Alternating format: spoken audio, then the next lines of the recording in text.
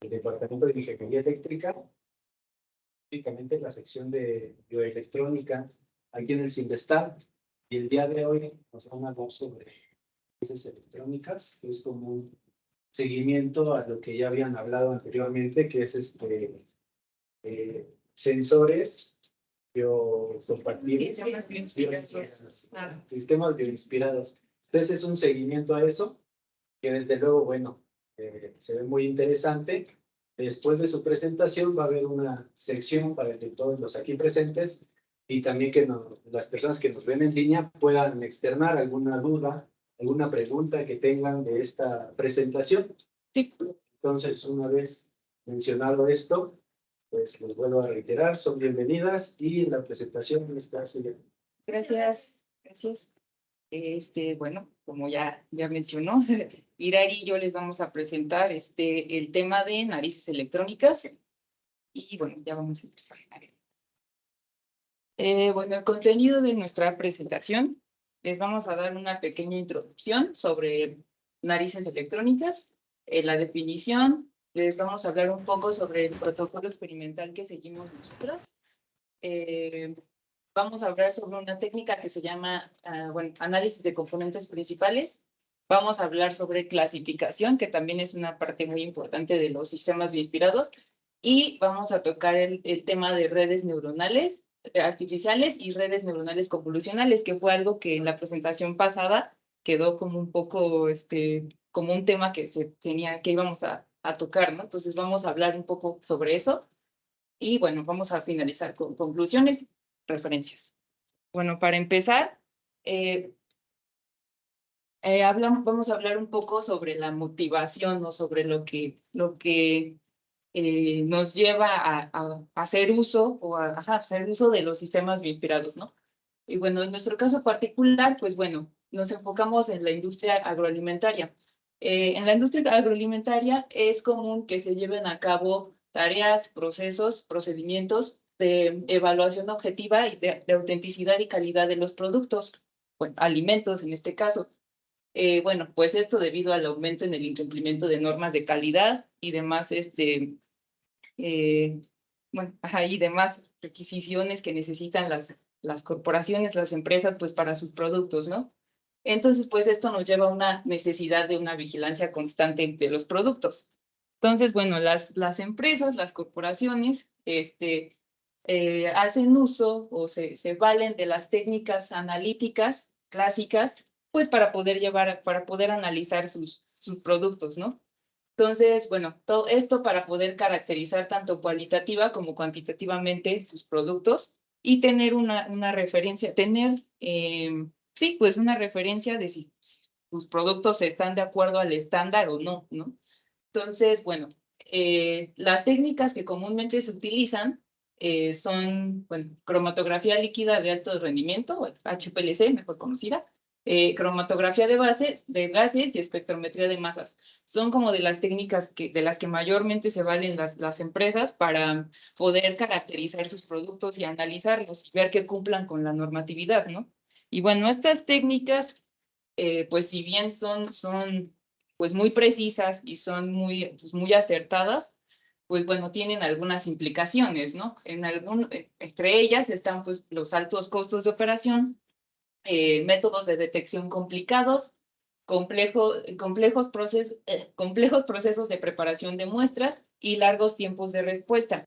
Esto lo vemos más en cuanto a el uso, por ejemplo, a lo mejor no de una gran corporación, sino de un comerciante independiente, ¿no? Que a lo mejor quiere ver si sus productos están cumpliendo con algo, con un estándar o con una norma, y pues tener acceso a esto sí, implica ir a un laboratorio especializado y pues implica dinero, implica tiempo y en ocasiones ni siquiera, o sea, a lo mejor ni siquiera dan los resultados que uno esperaría porque la muestra se dañó o algo así, ¿no?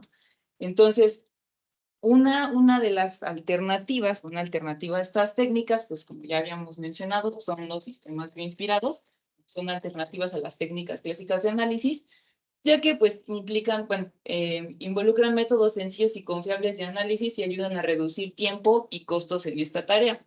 Y bueno, en esta ocasión nos vamos a enfocar en las narices electrónicas.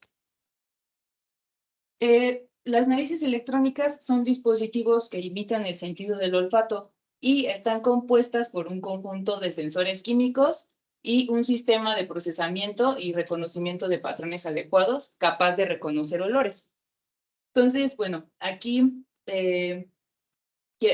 ponemos el análogo, digamos, de la parte biológica con la parte pues, electrónica, ¿no? En la parte biológica tenemos, bueno, tenemos aquí alguna muestra que emite cierto olor. Biológicamente, pues en nuestra nariz, primero estas moléculas de este olor volátiles, pues llegan a nuestras células, pues son células nerviosas, son los cilios olfatorios, que es nuestros receptores. De aquí pasan a una parte de nuestro cerebro que se llama bulbo olfativo, que es pues el que recibe el estímulo de estos cilios, y luego el bulbo olfativo lo pasa al cerebro, que es donde se procesa todo, se analiza y es el que identifica, ¿no? Ah, sí, esto de aquí es café, ¿no? O lo que sea. Bueno, aquí le pusimos té verde, ¿no? Esto que está aquí es té verde. Entonces, el símil electrónicamente, pues bueno, lo que haría las veces de nuestros receptores olfativos sería pues un arreglo de sensores, que en este caso son sensores de gas, bueno, son sensores de gas de óxido metálico, son más o menos así, y pues dan una respuesta en voltaje, ¿no? Así como este emite un impulso eléctrico, pues este también. No tenemos millones, pero pues intentamos pues imitar estos pues con un arreglo simple de sensores, ¿no? Lo que haría la función del bulbo olfativo, en este caso pues nuestro, ya sería una parte de procesamiento digital, que es la parte de extracción de características de estas señales, ¿no? Y lo que haría la función de nuestro cerebro, pues sería un sistema de reconocimiento de patrones. Tenía aquí, así lo de. Bueno, un sistema de reconocimiento de patrones que involucra pues ya un método de inteligencia artificial, que es lo que pues nuestro cerebro pues es lo que tratamos de imitar, ¿no? La manera en la que aprende nuestro cerebro pues con alguna metodología computacional, ¿no? Bueno, esto que está aquí representa una red neuronal artificial, pero de eso vamos a hablar más adelante, ¿no? Y pues el objetivo de estas narices pues es pues igual, si nosotros identificamos té verde, pues el objetivo o el propósito es lo que esperaríamos es que también sea un té verde, ¿no? O sea, lo que detecta nuestra nariz electrónica. Entonces, bueno, aquí quise mostrar, pues, la nariz electrónica real, ¿no? Bueno, la que usamos nosotros, que aquí es, bueno, está compuesta por un sistema de válvulas y bombas, que son las que llevan, pues, corrientes de aire a los contenedores donde están nuestras muestras, y de aquí pasan a una pequeña cámara que está aquí, que es donde están nuestros sensores, llevan las moléculas volátiles hasta aquí. Y de aquí, pues esto tiene nosotros almacenamos las respuestas de estos sensores y las extraemos para poderlas analizar, procesar y pues clasificar, ¿no? Entonces, bueno, el protocolo experimental que nosotros seguimos básicamente consiste en, tenemos nuestra muestra que está aquí en un contenedor de vidrio, en este caso lo que nosotros analizamos. Tenemos nuestro arreglo de sensores, son 7, son los sensores de gas, entonces pues de esta muestra pasa pues una corriente de aire que llega aquí, bueno, esta está tapada, ¿no? Pero pues aquí fue para que fuera ilustrativa la foto. Después extraemos las señales que salen de aquí, de estos sensores que tienen más o menos una respuesta de este tipo. Y después, si llegan a tener ruido o algo que pueda mermar estas señales, pues les damos a veces cierto tratamiento, tal vez un filtro para eliminar el ruido, tal vez una normalización, etcétera, ¿no? Y después viene una de las partes medulares de estos sistemas, que es la extracción de características. Siempre cuando tenemos bueno, no siempre, pero por lo común al querer procesar e identificar o clasificar señales, es común que de digamos, perfil de señales se haga una extracción de características, o sea, que extraigamos la información más representativa de estas muestras de aquí. Entonces, bueno, nosotros nos valemos mucho de una técnica que se llama bueno, le llamamos PCA, análisis de componentes principales, que de hecho esa técnica también me parece, que la mencionó Ale la vez pasada, ¿sí la mencionaste? Sí. Bueno, creo que sí. Entonces, bueno, vamos a explicar un poco por qué esa es nuestra especialidad realmente, o sea, la construcción de esto, bueno, nosotros usamos un prototipo que ya está construido, pero en realidad nosotros, en lo que nosotros trabajamos, pues es a partir de aquí, ¿no? O sea, de aquí para acá, el procesamiento de las señales y la interpretación de estas, ¿no? Entonces, ahorita vamos a explicar un poco esa técnica, PCA, que sí es un poco importante. Bueno, significa análisis de componentes principales.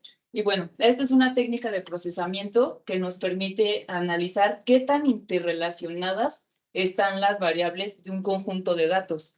Y bueno, en esta técnica, pues tenemos una matriz de datos original. Esta matriz es proyectada ortogonalmente a otro espacio, o sea, a otro espacio vectorial, mediante la descomposición en dos matrices más pequeñas. Bueno, eso a lo mejor se oye muy rebuscado, pero esta técnica por lo regular nos va a servir para reducir la dimensionalidad de nuestros datos, para hacer una exploración de nuestros datos y para hacer análisis de nuestros datos, también para ver cómo se relacionan unos con otros. Entonces, ¿cómo es esto? Pues, por ejemplo, nosotros tenemos una señal de un sensor, ¿no? Que supongamos que es así, de este tipo.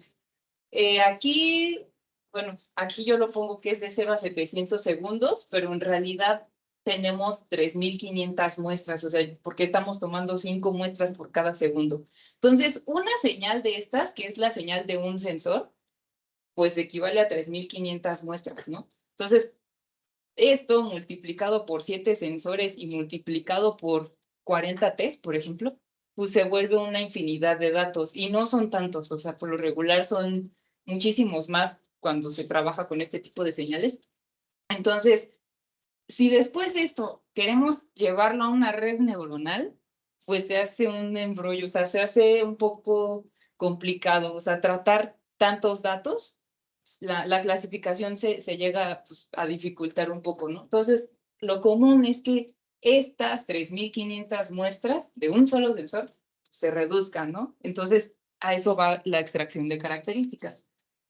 ¿Qué es lo que hace PCA? Pues bueno, supongamos que yo aquí ya tengo mi matriz de datos que está acomodada como, bueno, de esta manera, ¿no? O sea, tengo en los renglones tengo, supongamos, un T y aquí tengo pues mi medición 1, medición 2, o sea, con eso me refiero a cada punto que compone esta señal, ¿no? O sea, aquí un punto, bueno, una muestra, dos muestras, etcétera. Yo la represento así, más o menos, ¿no? Entonces, en realidad tengo una matriz que es de 20 renglones y 3.500 muestras, ¿no? Entonces dijimos que eso es mucho. Entonces, ¿qué hace PCA? Pues bueno, bueno, perdón. Lo regular es que después de esto vaya a alimentar a una red neuronal que vamos a tocar más adelante. Pero es muchísima información. Entonces, meter 3.500 muestras por cada sensor, por cada T a una red. Entonces, lo que hace PCA es proyectar esto a un espacio vectorial. Por lo general, bueno, es de las mismas dimensiones, pero PCA nos permite tomar solo las más importantes. Entonces, por ejemplo, aquí, bueno, el ejemplo que yo pongo aquí es que de 3.500 muestras, pues yo pude reducir a 3. O sea, entonces ahora mi matriz ya no es de 20 renglones por 3.500, es de 20 por 3. Bueno, en el mejor de los casos, ¿no? Hay veces que se deben tomar, no sé, 15, 20. Se debe de cumplir un parámetro para saber cuántos tomar. Pero bueno, lo que quiero como recalcar es que PCA nos permite hacer esto, o sea, reducir de una gran matriz de datos a una pequeña. Eso en cuanto a reducción de dimensiones, ¿no? De datos. Bueno, aquí quería dar un ejemplo de cómo es que funciona, ¿no? O sea, que yo tengo mi matriz original de datos acá. Está un poco tediosa, pero... me lo voy a saltar.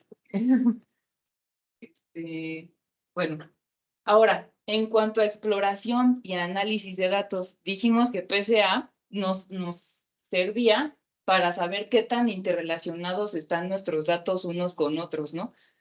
¿Qué es lo que quiero dar a entender aquí? Es que si yo tenía mi T1, yo quiero saber cómo se relaciona ese con todos los demás. Luego tengo el 2, cómo se relaciona este con todos los demás. tengo el 3, ¿cómo se relaciona este con todos los demás? PCA nos permite hacer eso. Aquí este es un ejemplo de toda una base de datos que hicimos Irar y yo, que son, ¿cuántos? 34 test diferentes, pero por cada T se midieron 10 veces, entonces son 360 veces. Bueno, y son 1, 2, 3, 4, 8 clases, y son 8 clases, o sea, son 34 test, pero son 8 clases, digamos, ¿no? Entonces, aquí podemos ver, por ejemplo, todos los puntos azules que están aquí corresponden a un T, y esto está representado, o sea, tridimensionalmente, ¿no? Entonces, todos estos puntos azules corresponden a un T, y podemos ver que se aglomeran en cierta región del plano, ¿no? Bueno, del plano del cubo. Luego, por ejemplo, estos naranjas, pues vemos que unos se aglomeran aquí, pero otros están por acá. O sea, a eso es a lo que me refiero de que nos permite visualizar qué tan relacionados están unos con otros. Lo que nosotros queremos es que los que son del mismo tipo, pues se vayan todos a un lado, ¿no? Los que son de otro tipo, pues a otro lado, etcétera. Y PCA nos permite ver esa dispersión en nuestros datos, ¿no? Si vemos que todos están bien separados, pues nos da pauta decir, bueno, aquí hay algo raro con nuestros datos, como que no están bien nuestras señales, ¿no? O sea, pero pues bueno, si vemos que sí están como cumpliendo cierto patrón, sí se están agrupando en cierta región, pues bueno, esa es una de las funciones de PCA, otra. Y bueno, lo que seguiría después de obtener este análisis PCA y de reducir de tantas muestras a unas pocas, pues ahora sí, con esas pocas muestras que ya obtuvimos, lo que sigue es alimentar una red neuronal para poderla, bueno, para poderla entrenar, que es digamos, bueno, perdón. Ya pasamos de esta, entonces lo que seguiría, pues ahora sí, otra de las partes medulares de las análisis electrónicas, que es la clasificación, que es pues ya decirnos, si lo que me estás dando es té verde, ¿no? O es café. Entonces, ¿de qué se tratan estas redes neuronales? Bueno, bueno, perdón, antes de eso, por lo regular, en ese bloque de las narices, en clasificación, se usan varios tipos o técnicas de machine learning. Entre estas están pues las redes neuronales artificiales, las otras que las llaman máquinas de soporte vectorial. Bueno, aquí mencionan otros 3 que son LDA, KNN y bueno, Random Forest. Y bueno, más recientemente el cómputo evolutivo. Pero bueno, en esta presentación, esto es solo más para tener como un panorama, pero en este seminario nos vamos a centrar en las redes neuronales artificiales, que son, cómo funcionan, que fue uno de los puntos que la exposición pasada hubo como dudas, ¿no? Bueno, las redes neuronales artificiales son sistemas computacionales que emulan la función de aprendizaje del cerebro humano. Estas consisten de un número de unidades simples de procesamiento, llamadas neuronas, enlazadas por interconexiones ponderadas que se pueden modificar. ¿Cómo es que podemos representar computacionalmente una neurona? O sea, ¿cómo voy a pasar de lo que tenemos acá, que es lo que nos hace aprender y todo, a algo pues, computacional, ¿no? Bueno, perdón, de las aplicaciones que tienen, pues clasificación, detección y predicción de fenómenos. Entonces, ¿cómo lo vamos a lograr? Pues bueno, una neurona biológica, digamos, pues a grandes rasgos está formada, pues bueno, por estas que son las terminales de axón, estas hacen contacto pues con otra neurona que tenemos por aquí conectada, ¿no? Entonces, aquí entra pues información, entran, bueno, pulsos eléctricos, viajan a través de este axón y llegan aquí al núcleo de la neurona, que es donde se procesa, digamos, la información que llegó, y dependiendo de lo que haya pasado en este núcleo, pues la información sale por las dendritas y dan a otra neurona.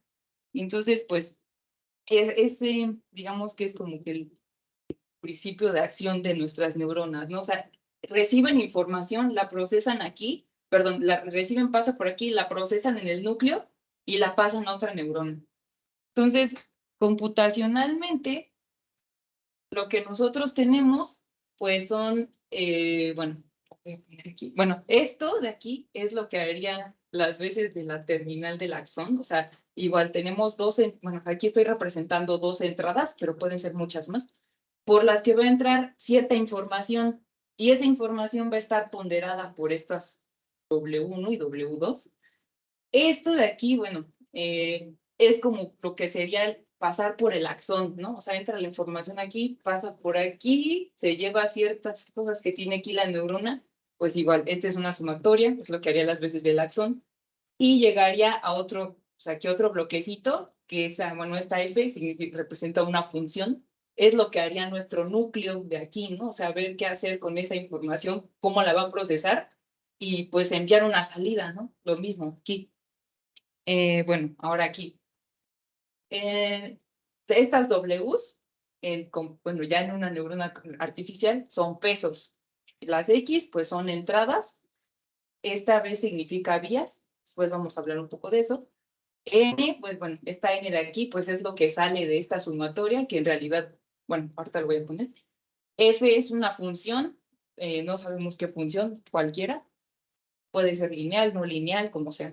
Y pues a la salida de la función, pues tenemos la salida de la neurona, que en realidad es una probabilidad. Y de aquí esto se interconecta a otra neurona y a otra, o sea, literal como pues, las que tenemos nosotros, ¿no? Y bueno, ya digamos, si lo queremos ver más estrictamente, esta N de aquí, pues es el resultado de lo que sale de esta sumatoria, que es esto, o sea, multiplicamos bueno, la entrada por este peso, la segunda entrada por este peso, y pues bueno, todo lo que entra aquí se suma con esta B de vías y tenemos un resultado, ¿no? Y luego esa N, bueno, esto se puede representar como esta matricita de aquí, y lo que sale, pues va a ser evaluado por esta función y va a enviar una salida, o sea, va a enviar algo, va a enviar una salida, ¿no? Esto es una neurona simple. Una red neuronal artificial es una interconexión de varias de esas pequeñas unidades. O sea, esto ahorita vamos a ver cómo se implementa computacionalmente, pero sí, esta de aquí, pues apenas es una neurona simple. Entonces, una red neuronal artificial, pues es una interconexión de todas esas. Si se fijan, pues tenemos aquí 1, 2, 3, 4, bueno, N implica una capa de entrada, una capa, bueno, central, que le llamamos capa oculta, y una capa de salida, ¿no? Entonces, cada una de estas va a ser un proceso similar a lo que hace la de acá, ¿no? Y bueno, la manera en la que aprenden, digamos, estas redes neuronales artificiales, pues también como aprendemos nosotros mediante un entrenamiento, digamos, o sea, nosotros para saber que lo que estamos oliendo es café, es porque ya antes ya tuvimos antes ya nos llegó ese olor, no sabíamos qué era, preguntamos, es café. Y la siguiente vez otra vez. Y ahorita ya somos capaces de identificar qué es café, ¿no? Pues una red neuronal computacional es igual. O sea, le tenemos que dar algo de entrada con lo que entrene y entrene y entrene hasta que llegue a cierto parámetro de error y diga, ya, o sea, ya puedo identificar esto. Ahora, vamos a dar un pequeño ejemplo sobre esto para que sea como más tangible, ¿no? O sea, para no quedarnos solo así como, sí, esas matemáticas y eso, ¿no? Pero bueno, uno de los ejemplos más simples para implementar una neurona es predecir la salida de una compuerta lógica. Todos los que estamos aquí sabemos cómo funciona una compuerta lógica. Sí. Bueno, básicamente consiste, veámoslo como un foco.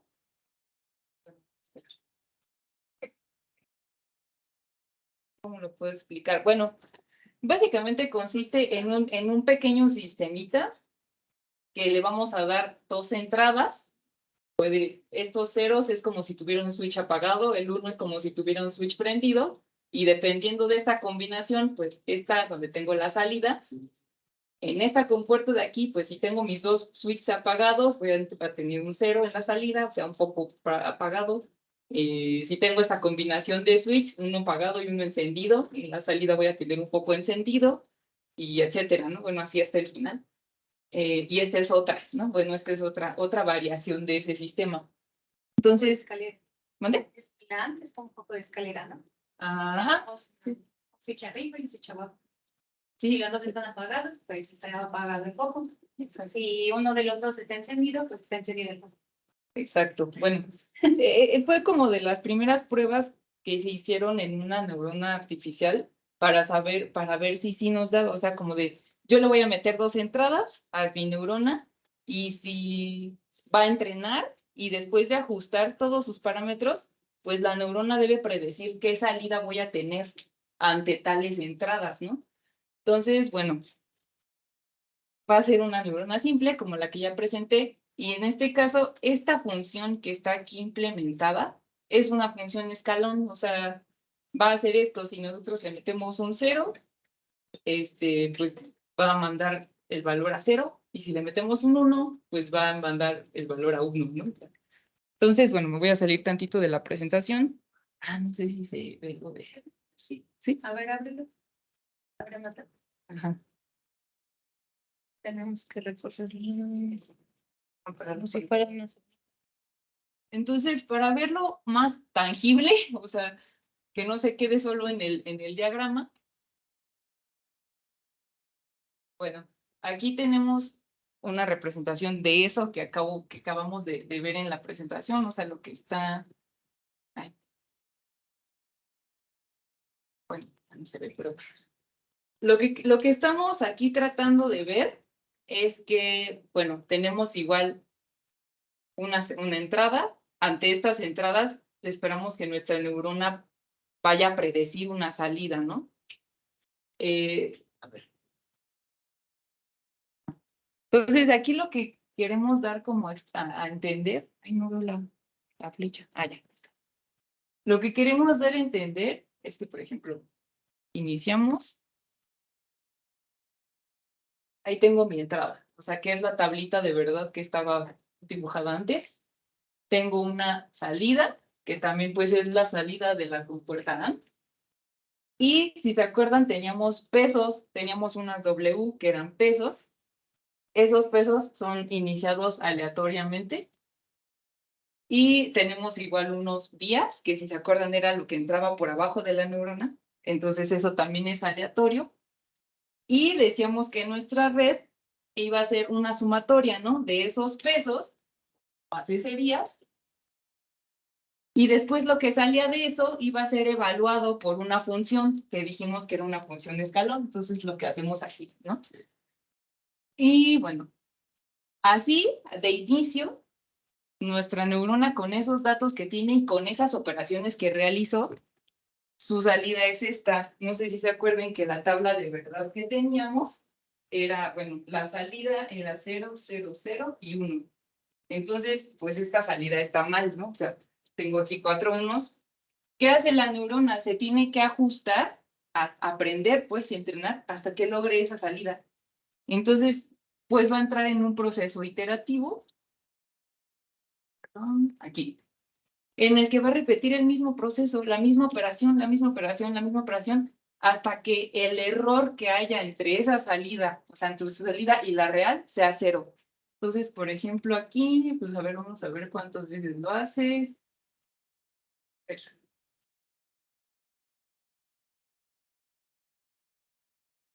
que lo hace como 5 veces.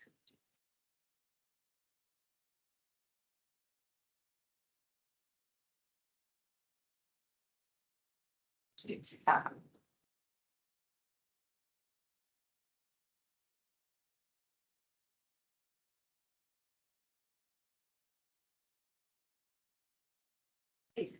Ya, ¿verdad? Ok, bueno, si se dieron cuenta, empezó a iterar, a iterar, a iterar, y fue ajustando estos valores, el de los pesos y el del vías, hasta que ya nos dio una salida. O sea, digamos que ya es capaz de predecir que la salida es 0001, ¿no? Que son, pues es la que nosotros queríamos.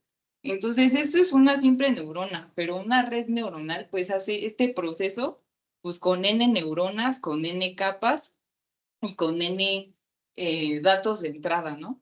Entonces, esto es como así a simple vista cómo funciona una red neuronal. Pero bueno, esa es una red neuronal simple. También lo que va a exponer mi compañera Irari, existen otro tipo de redes que ya no la puedo poner. Espera. Solo la proyecto ya. Aquí, ¿no? Sí, pero espérame, déjame que sí. Te lo dejas. A morir. Ah, sí, sí. Ya, ahora sí. Le paré el. Esta es una red neuronal simple y ahora Irari les va a presentar otro tipo de red.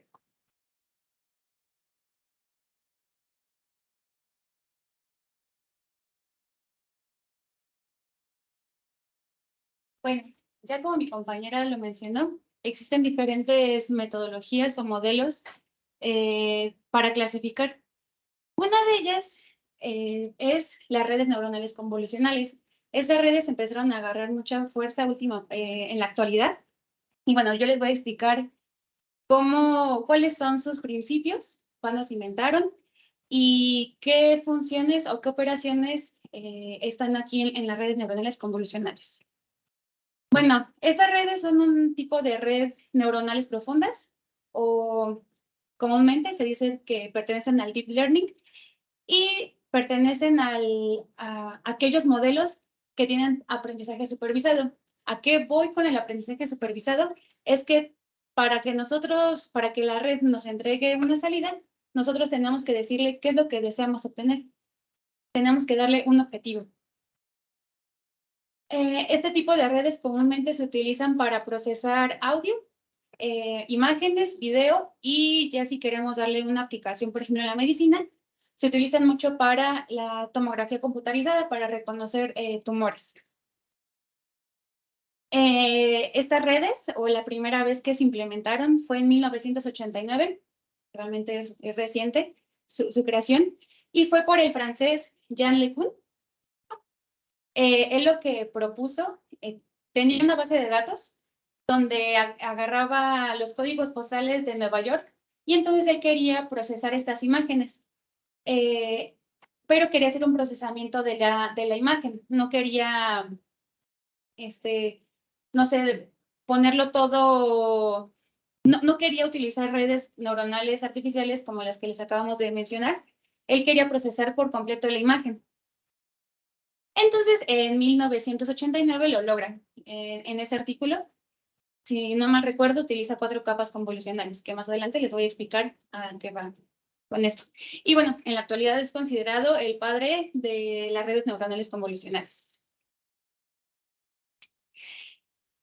Y así como las redes neuronales artificiales tienen inspiración biológica, también este tipo de redes. Estas redes se inspiran en la visión en los mamíferos. Nosotros cuando queremos reconocer una cara, ¿qué es lo que primero hacemos? Tenemos que primero, para decir que es una cara, primero reconocemos si tiene una nariz, si tiene una boca, si tiene ojos. Pero lo primero que nosotros hacemos es reconocer formas, reconocer bordes. Entonces, reconocemos bordes. Después hacemos una combinación de estos bordes y entonces ahora sí podemos identificar qué es una boca o qué es un ojo. Y ya después nosotros lo que hacemos es empezar a hacer, ahora sí a formar con esta combinación de bordes, formamos ahora sí una cara. Pues esto mismo es lo que hacen las redes neuronales convolucionales. Las primeras capas extraen los bordes. Entre más vamos haciendo capas convolucionales, incrementa el nivel de abstracción. Pero bueno, entonces, ¿qué es la convolución? Si bien en el procesamiento de datos o de señales siempre hablamos acerca de la convolución, que es el traslape, gráficamente lo podemos ver como el traslape de 2 señales, ¿no? De 2 funciones. Pues algo parecido nosotros tenemos en la convolución cuando hablamos de este tipo de redes. Entonces, en la parte azul, nosotros tenemos una imagen. Como les dije, en la convolución tenemos 2 funciones, ¿no? Tenemos 2 multiplicación de funciones. Pues aquí más o menos va a ser lo mismo, solo que una de esas funciones va a ser una imagen. La otra función va a ser un filtro, o también conocido como kernel, que es este cuadrado de 3×3 que va traslapándose sobre toda la imagen. Cuando nosotros lo traslapamos, hacemos una combinación lineal y obtenemos una nueva imagen. Cuando nosotros hacemos esta operación, empezamos a extraer características. Por ejemplo, cuando nosotros hacemos un filtro a una imagen, hay filtros especiales que te pueden extraer bordes. Pues esto mismo va a ser estos kernel. Van a empezar a extraer características. Nosotros matemáticamente lo podemos ver como, bueno, como esta sumatoria de la entrada, que va a ser mi imagen, por el núcleo, que es el kernel. Y a la salida vamos a obtener un mapa de características, que en la figura es la imagen en color verde. Entonces, ahora la X se va a volver una imagen y la W se va a volver un filtro. Si nosotros tenemos una imagen a blanco y negro, solo tenemos una matriz bidimensional. Entonces, el mapa de características se expresa como la ecuación 2. Ahora, si nosotros tenemos una imagen en RGB, pues vamos a tener 3 canales, el canal rojo, azul y verde. Y entonces la siguiente ecuación es la que nos da el mapa de características. Pero bueno, gráficamente entonces el proceso de convolución, tenemos una imagen. Tenemos entonces un kernel. Vamos a empezar a traslapar este kernel en la imagen y vamos a obtener un primer valor, que es la P. Si nosotros hacemos otro movimiento al kernel, nos da el siguiente valor. Pero no sé si aquí logran ver algo. La imagen resultante se está dividiendo, bueno, se está haciendo más pequeña. Pues bueno, en las redes convolucionales vamos a tener diferentes operaciones. Una de ellas se llama padding. Este padding nos va a ayudar para que todo esto va a depender de la aplicación que nosotros le queramos dar a las redes neuronales convolucionales. Si nosotros no queremos que nuestra imagen se vea reducida, existe esta operación que se llama padding. Para evitar que la imagen se reduzca, vamos nosotros a agregar a la imagen un arreglo de ceros en toda la imagen, y de esta manera, como en la figura se ve, ya no se va a reducir el tamaño de la imagen. Otra vez, todo esto va a depender de nosotros de qué queramos o cuál es la aplicación que nosotros le queramos dar para las redes, o qué es lo que nosotros queramos obtener de ellas. Otra operación importante de las redes convolucionales es este kernel, si bien yo les estuve diciendo que va a recorrerse de izquierda a derecha y de arriba hacia abajo. Estos desplazamientos pueden ser no solamente de un valor, pueden ser de 2 valores, pero nuevamente, esto lo que nos va a ocasionar va a ser una reducción en la información. Entonces, aquí en el ejemplo les estoy dando un desplazamiento de una unidad. Si nosotros hacemos el desplazamiento de una unidad, se va a dividir la información. Por ejemplo, tenemos una imagen de 7×7, pues la información se va a dividir, nos va a resultar de 5×5 si nosotros no hacemos ningún padding, no vamos a agregar no agregamos ceros en las imágenes. Si nosotros hacemos un movimiento de este kernel en 2 unidades, la información se va a dividir aún más. Vamos a pasar de una imagen de 7×7 a una imagen de 3×3. Entonces, como les dije, después de hacer la convolución, nosotros vamos a obtener mapas de características. Estos mapas de características va a ser una nueva información donde ya estamos extrayendo, por ejemplo, bordes, o si nos vamos haciendo más convoluciones, empezamos a extraer cosas más abstractas. Algo importante de aquí es que el número de mapas de características va a ser igual al número de kernel o de filtros que nosotros vamos a operarle a nuestra imagen. Y el número de filtros es diferente al número de filtros es diferente al tamaño del filtro. El filtro puede ser de 3x3, de 5x5. Comúnmente se utilizan filtros con números impares, entonces sería 3, 5, 7 y 9. El tamaño del filtro a elegir va a depender de la aplicación. Por ejemplo, nosotros podemos tener imágenes muy grandes y el proceso iterativo para obtener una salida de la red convolucional va a ser muy difícil o muy tardado si nuestros filtros son pequeños, por ejemplo, de 3x3. Entonces, ahí podríamos aplicar filtros de 9x9. Entonces, el tamaño del filtro va a depender de nuestra aplicación. Y el número de filtros también va a depender de la aplicación. Una desventaja de las redes neuronales en general es que no existe una receta que nos diga qué es lo que debemos de hacer para elegir los parámetros. Por ejemplo, como lo mencionaba mi compañera Jenny, la elección del bias o de los pesos es de forma aleatoria. Entonces, no existe algo que nos diga con qué datos tenemos que empezar o cuántas neuronas tengo que agregar en las capas ocultas. Pues lo mismo pasa aquí. Uno tiene que estar experimentando en el tamaño del filtro y el número de filtro.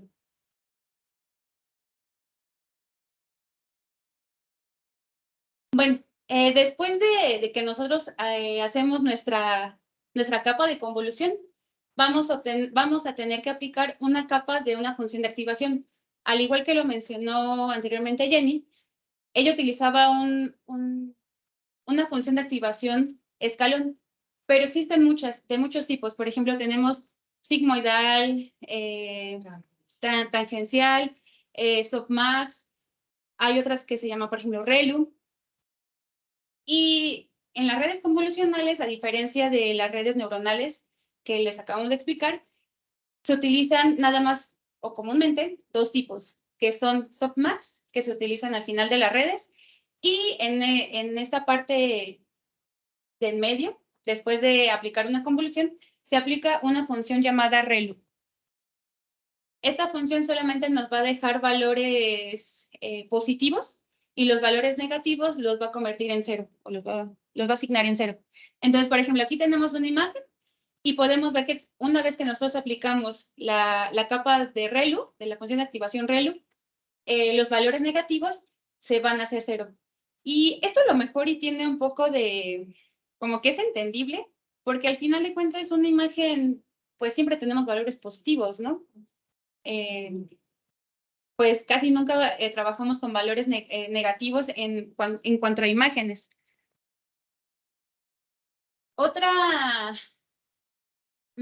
operación que utiliza las redes neuronales convolucionales es el polling, que esta operación nos permite solamente quedarnos con la información que nosotros queremos. Por ejemplo, si nosotros tenemos una imagen muy grande, como de 100%, ¿no? Y aún así creo que no es una imagen tan grande.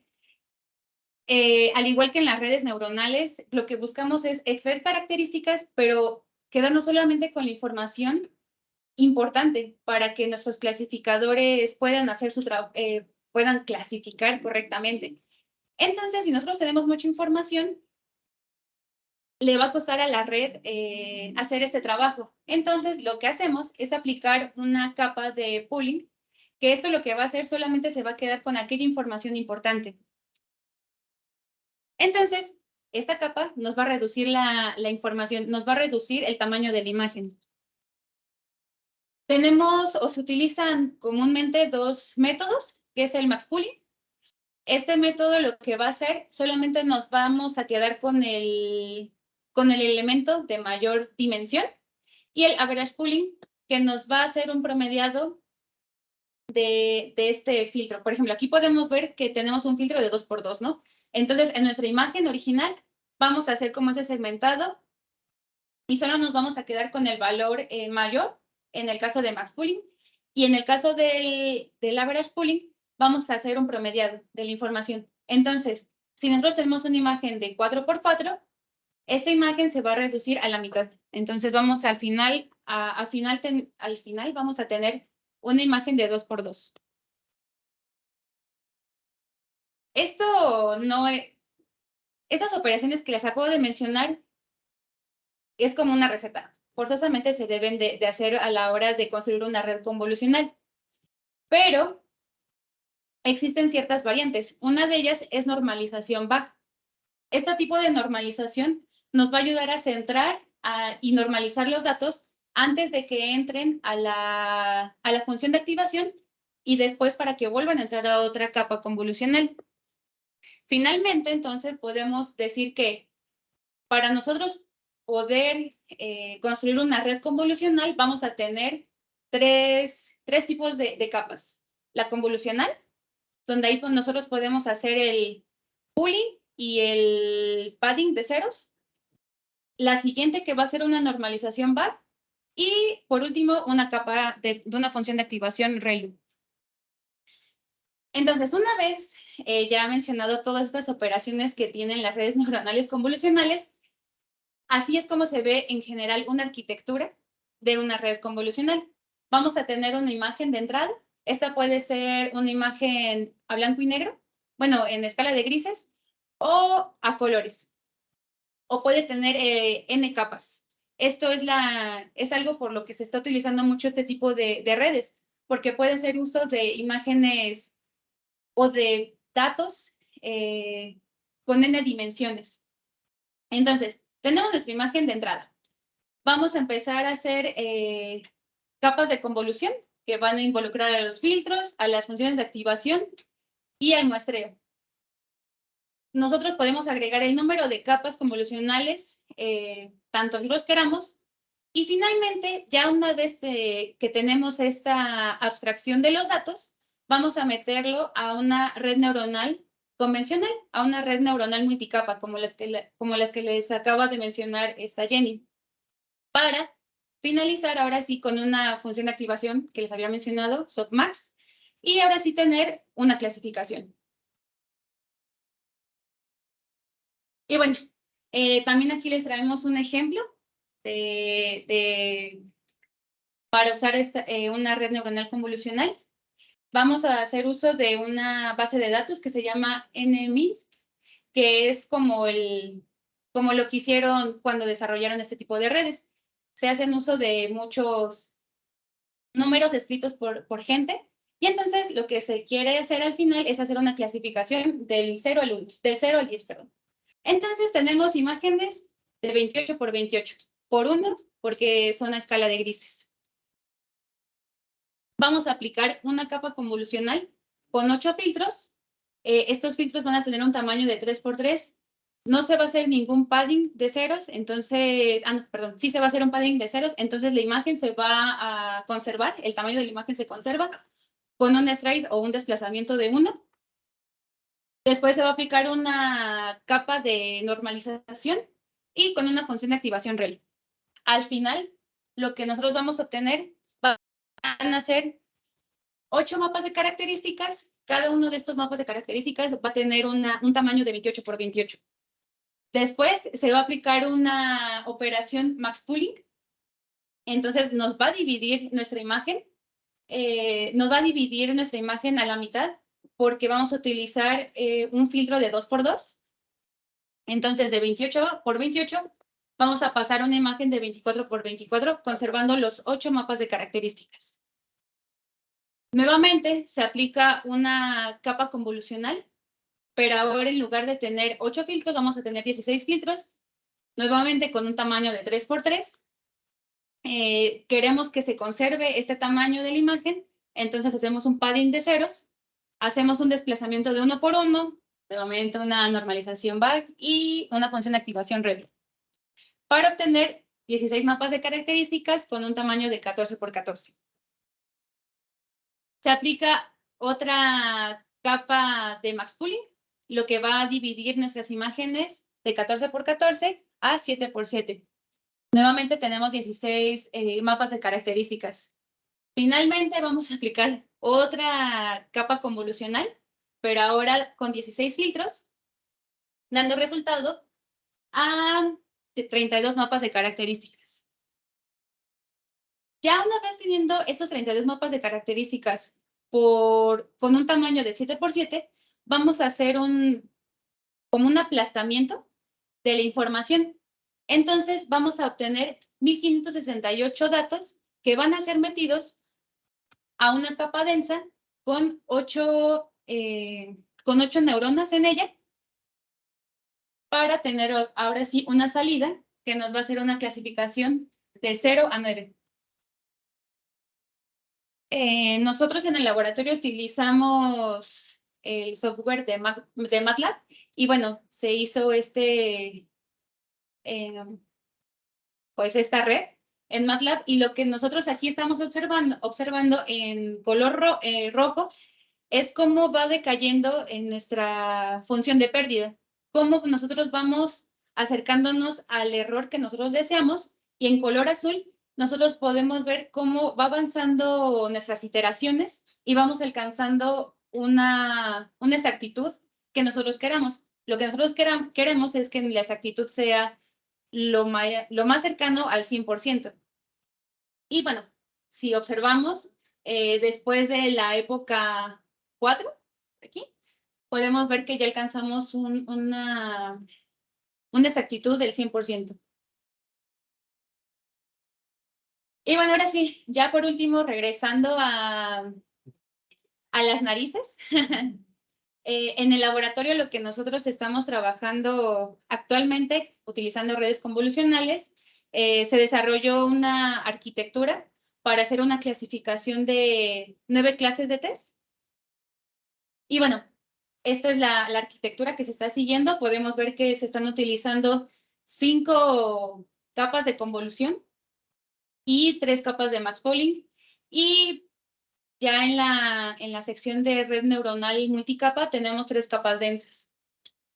Entonces, una conclusión de esto es que, pues si en las redes neuronales multicapa tenemos que cambiar muchos parámetros, pues en las redes neuronales convolucionales, si bien son muy poderosas y nos ayudan mucho al procesamiento de imágenes, pues su arquitectura es un tanto, pues más compleja a la hora de elegir sus parámetros, porque tienes que estar no solo estar moviendo el tamaño a un solo parámetro o 2. Aquí se deben de mover muchísimos más, o sea, empezando por el tamaño de los filtros, cuántos filtros tenemos que aplicar, tenemos que reducir la información. Pero bueno, al final obtenemos este tipo de resultados que son muy satisfactorios y son muy competitivos a la hora de compararlos con otras metodologías, como son redes neuronales multicapa o máquinas de soporte vectorial, KNN y demás. Y bueno, por último les muestro la matriz de confusión que se obtuvo al hacer esta arquitectura. Tenemos esta matriz de confusión, lo que nos está diciendo, en la parte de la diagonal, nos dice qué tipos de test se clasificaron correctamente. El porcentaje. Al porcentaje. Perdón. Que se clasificaron correcto, o sea, de un 100%, ¿cuánto clasificó bien, no? O sea, de los blancos, de los de hierbabuena, de Jamaica, de lima. Entonces, por ejemplo, el té blanco alcanzó un porcentaje de clasificación del 94.4% y el restante, que es el 5.6%, se está confundiendo con el té verde. Aquí, ¿no? Bueno, Ajá. O, por ejemplo, el té de menta se está confundiendo con el té verde. Este tipo de confusiones, por ejemplo, ustedes dirán, ay, el té de menta con el té verde, pues, como, ¿qué relación pudieran tener? Pues, si nosotros vamos un poco más allá de a ver qué tipo de compuestos orgánicos volátiles están presentes en cada muestra, podemos ver que comparten ciertos compuestos. Y es por eso, y nosotros creemos que debido a estas similitudes, es por eso que se están confundiendo. Algo, por ejemplo, que sí podemos esperar es que el té blanco y el té verde se confundan, porque al final de cuentas, estos tés vienen de la misma planta. Tienen procesos de manufactura diferentes, pero vienen de la misma planta. Entonces, pues esto es lo que obtenemos, bueno, es una de las aplicaciones que se le da a las convolucionales en el laboratorio. Y antes de las conclusiones también es como, bueno, es importante decir que esta técnica que les acaba de explicar Irari, como ella bien lo mencionó, este tipo de redes normalmente se utilizan para clasificar imágenes. O sea, de hecho, todos los ejemplos que dio, si se fijan, fueron con imágenes. Dicen, pues, y la nariz electrónica, ¿qué, no? O sea, imágenes de dónde. Pues bueno, es que esta es una propuesta nueva. O sea, el tratar de, bueno, más bien, mira, ahí están tratando las señales que nosotros obtenemos de sensores de gas como imágenes. O sea, así como cuando, no sé, tenemos una imagen a color y la podemos descomponer en 3 matrices, no sé, por decir algo, RGB, pues también las señales o el perfil de señales que nosotros obtenemos en la nariz electrónica, pues es un perfil de 7 sensores. Es como si tuviéramos 7, o sea, en lugar de 3 canales, que es RGB, pues si tuviéramos 7, ¿no? Y cada uno pues representa la señal de un sensor. Entonces, ella de alguna manera está tratando la información que sale de la nariz como una imagen. Y ya teniéndola como imagen, entonces ahora sí viene todo el meollo de, o sea, todo el tratamiento que le da ella para poderlo clasificar con redes convolucionales. Entonces, el otro tipo de red, pues no, el que les explique yo, simplemente, o sea, sacamos las imágenes, sacamos, perdón, las señales de los sensores, les aplicamos PCA y lo que sale de PCA es lo que alimenta esas redes, son datos. Pero aquí, Irari está tratando esos señales como imagen. Y pues esa perspectiva, digamos, de ver las imágenes de los sensores pues es relativamente nuevo. Entonces, Sí. y pues sí, las redes neuronales convolucionales son, pues sí, son una herramienta muy poderosa. Este tipo de redes son las que se usan para identificar, por ejemplo, rostros en internet, o para, no sé, meter una imagen de un perrito y pues la IA te dice que es un perrito, o no sé, de un gato y te dice que es un gato. Este es el tipo de redes que utilizan que utilizan esas aplicaciones, ¿sí? Y una de las ventajas también es que puede utilizar grandes cantidades de datos. También, sí, porque las redes neuronales comunes, como la que expliqué yo, con una cantidad de datos muy grande, ya no pierden efectividad, o sea, ya no funcionan, se empieza a confundir, o sea, es como si a nosotros nos dieran así 10 libros y nos dijeran, o sea, no, es mucha información para procesar, o sea, no, es demasiado. Y por eso es que reducimos características, ¿no? Pues con este tipo de redes, sí es posible manejar pues, alta dimensionalidad de datos. Y es que, como les comenté, o sea, primero se hace una extracción de características, que es lo que, por ejemplo, hace PCA, y después esta extracción de características, pues alimentamos una red neuronal común. Pero lo importante de aquí es que la convolucional hace todo eso en una sola, una sola. Eso ya está implementado en la red solito, hace todo lo que les acabo de explicar. O sea, ya no necesita hacer que PCA, que no, o sea, solita hace todo. Bueno, y pues ahora sí, para terminar, pues bueno, como conclusión, pues las narices electrónicas son sistemas que han demostrado ser alternativas competitivas a las técnicas analíticas convencionales. Y bueno, una de sus partes medulares, pues es el procesamiento y el uso de técnicas de inteligencia artificial, como las que les acabamos de explicar. Y bueno, por último, también la exploración de nuevos algoritmos de inteligencia artificial ha dado buenos resultados en el análisis provenientes de muestras orgánicas, como lo son de las narices electrónicas utilizando test. Y abriendo paso a nuevas aplicaciones con dichos modelos. Por ejemplo, si funciona el uso de redes convolucionales, bueno, hacer primero el tratamiento de estas señales que nos da la nariz a imagen, pues podemos utilizar este mismo modelo a otro tipo de señales, ¿no? Por ejemplo, Pues las de biosensores, bueno, o sea, tal vez las de nosotros son señales de sensores de gas, pero se me ocurre, por ejemplo, no sé, las de un sensor químico, ¿no? Que a lo mejor, bueno, los electrodos, ¿no? Que a lo mejor no sé, tengo un líquido y tengo un sensor químico que voy a meter en el líquido y que también son de este tipo de señales de gran, o sea, de mucha cantidad de datos y que a lo mejor son 7 sensores distintos, ¿no? O sea, esto es nada más con sensores de gas. pero puede ser pues cualquier otro sensor que dé una cantidad de datos grande y que dé un perfil característico, ¿no? O sea, como las de nosotros, que son 2 pulsos y que dependiendo del que el pulso es más grande o más pequeño, etcétera. Pues así como ese, pues hay muchos otros tipos de sensores, ¿no? Así. Y pues eso que le está, esa perspectiva que le está dando Hilary, pues también se le puede aplicar a todos estos tipos de sensores. Y, bueno, por último, nuestras preferencias. Muchas gracias por su presentación.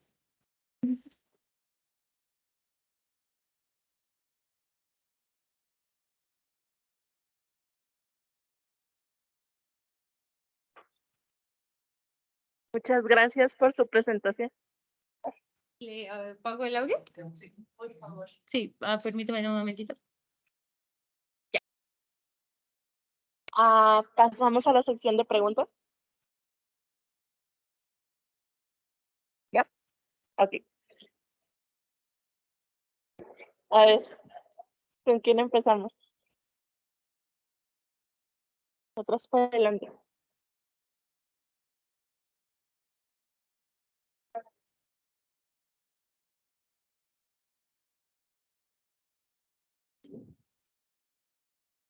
A ver, ay,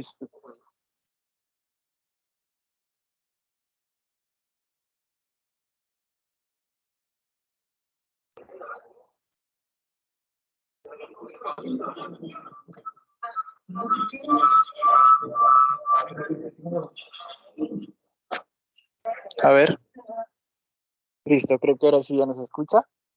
Bueno, primero, gracias por la presentación y un tema bastante interesante y muy diferente para nosotros de este lado, a lo mejor de materiales.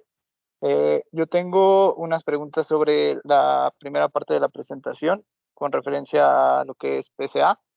La primera de ellas es, por ejemplo, un equipo como el que ustedes están manejando en el laboratorio. ¿Qué tan complejo es armar un equipo de este tipo? Y la pregunta va por el lado de que en la introducción de su presentación hablan de que es una alternativa para poder ofrecer una nueva vía a procedimientos que son más costosos y normativas. ¿Qué tan difícil, qué tan caro es, no?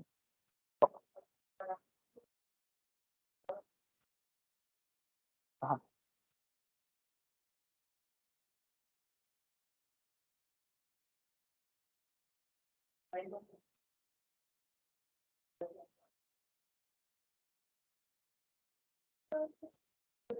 O sea, pero es algo viable, ¿no? O sea,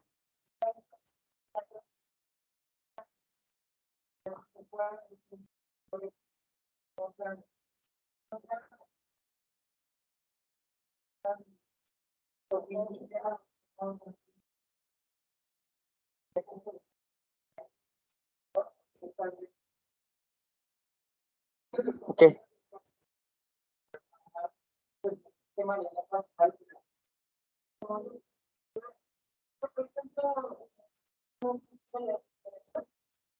Podemos encontrar artículos donde hacen plataformas de redes telefónicas utilizando un Arduino. Entonces, pues es muy básico. Personalmente porque se utiliza una y pues ese tipo de tecnología van de 3,000 pesos, un poco más. Pero un Arduino lo consigues en 50. Y la historia es una utilizan Arduino para armar una máquina electrónica. Pues da buenos resultados. Es importante que hable de la. Ok, y derivado de esa pregunta, en cuanto a sus sensores, porque creo que quedó un poco volando la parte de qué es lo que entregan los sensores, porque nada más vimos ahí unas gráficas. Yo sé que no es lo importante del tema, ¿no? Yo sé que no es lo importante del tema, pero eh, no sé cómo es que funcionan sus sensores, si les envían una señal de voltaje, que supongo que es algo así, ¿no?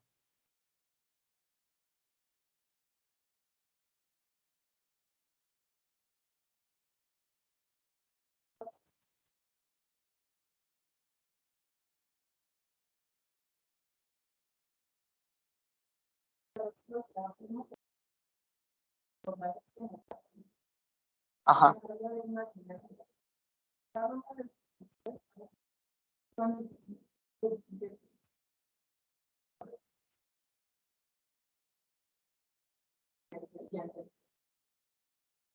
O sea, ¿cada sensor está diseñado solamente para un compuesto?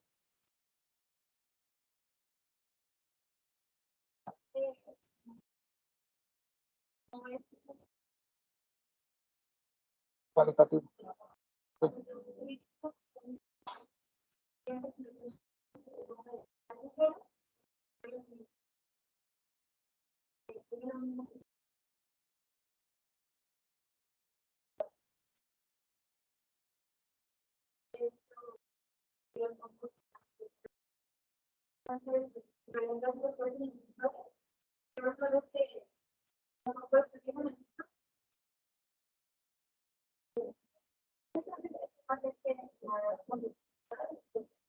Sí.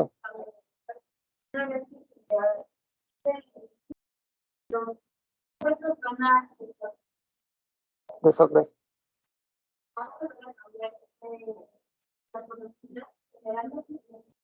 Ok, sí, y yo creo que es una parte importante porque eh, creo que podría ser también una limitante con respecto a los errores que se marcan hasta el final.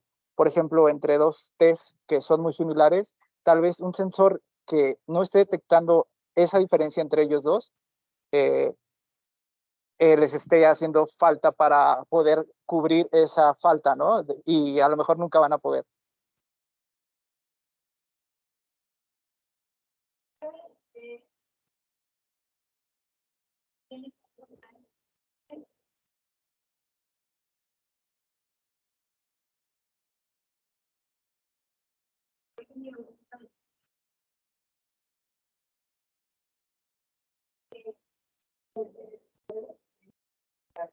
Ah, ok.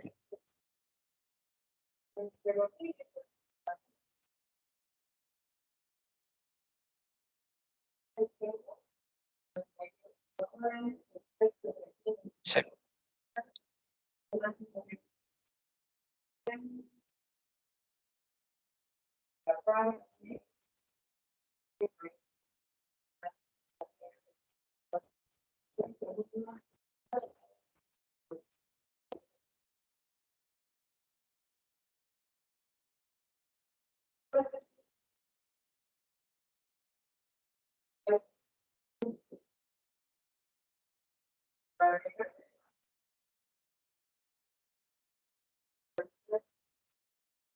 Sí.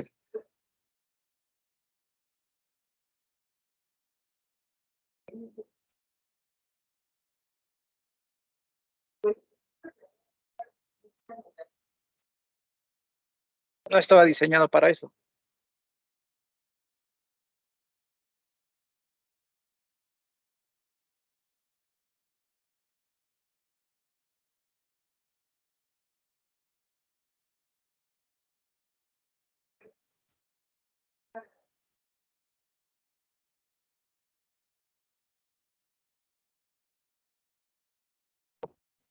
Y ya por último, puedes poner tu diapositiva 3D.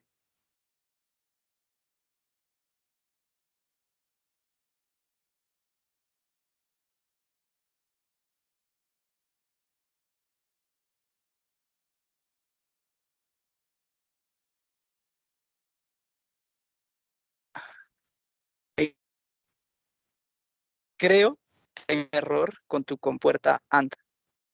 La compuerta AND, las condiciones más entradas sean 1, 1, ¿no? Uh-huh.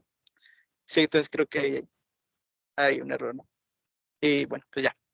Pero muchas gracias, sí, muy interesante. Gracias.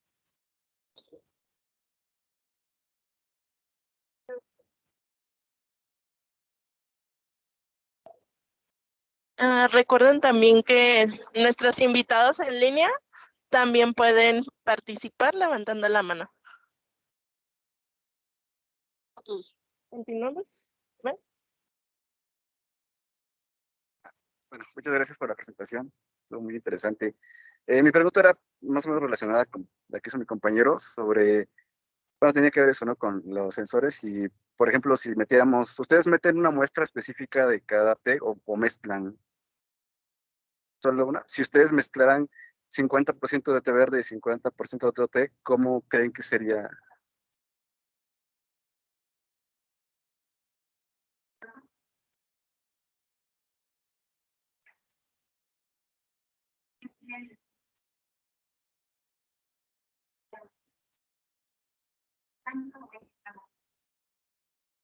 Aunque compartan los tés mucha similitud química.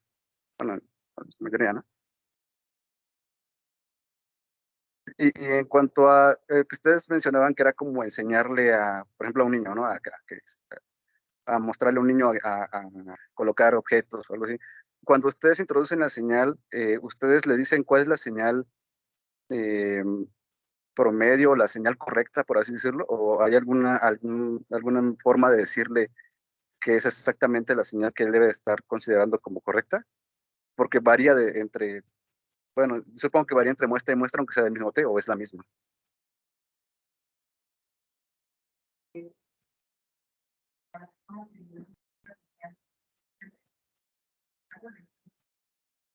Ajá.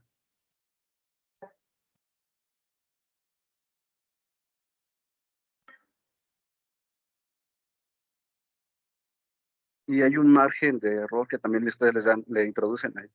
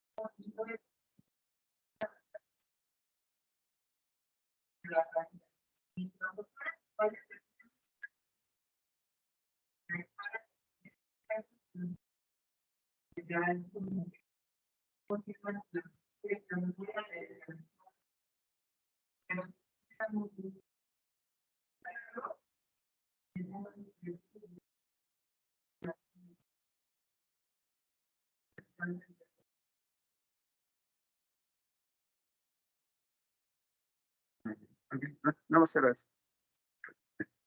Gracias.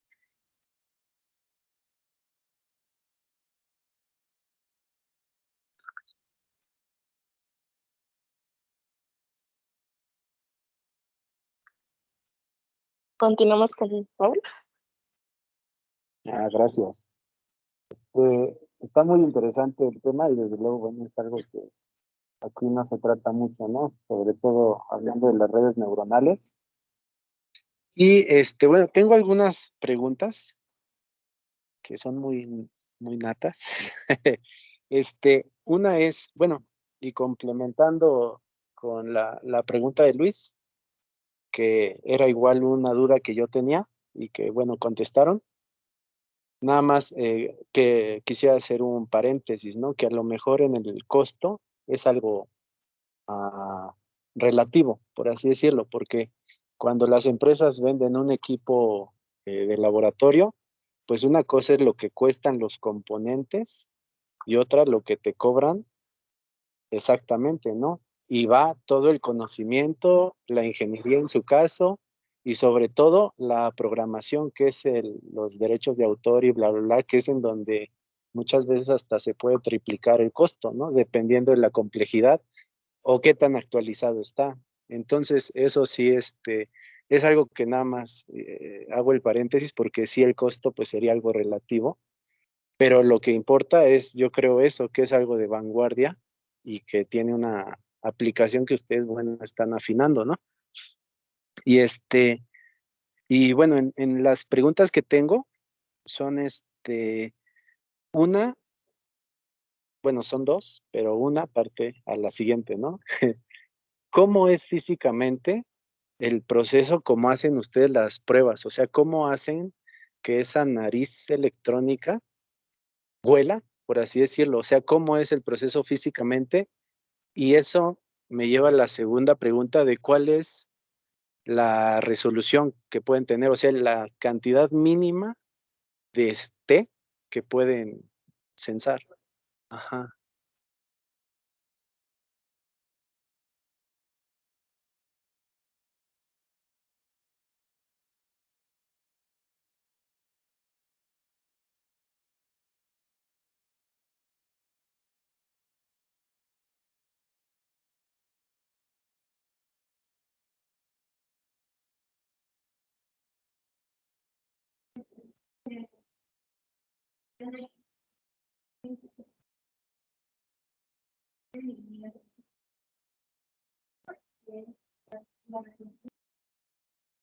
Perdón, creo que no escucho, no sé si no están hablando o qué, pero no escucho.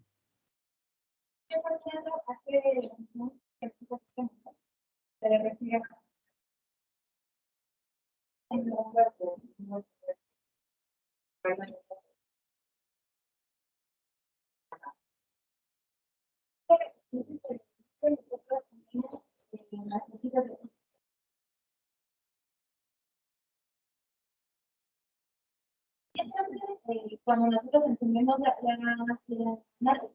tenemos un periodo de espera al segundo set, las válvulas van a hacer que este vapor, que hay de estos compuestos orgánicos volátiles que se concentraron en el frasco, pasen al siguiente subsistema, que es el transporte, que es el transporte blando. En esta parte, los sectores van a detectar, como ya se les había explicado, estos compuestos se van a pegar a la superficie de los sensores y van a hacer que cambie el contraste. Van a pasar 25 segundos con este sistema, la nariz está haciendo la función de registro, sigue llevando estos compuestos a los sensores, y después de esos 35 segundos se va a parar este ciclo y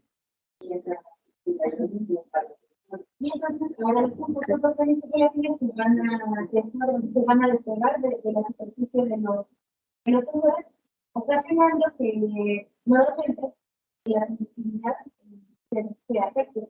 Y así es como se genera el más importante de los datos tienen dos más grandes. Por una, entra la presencia de audio. Que salga de audio. Y la otra, la jala. La jala, esa toda la que se tiene, las volátiles que se tienen. Y es la que jala, es la que rellena.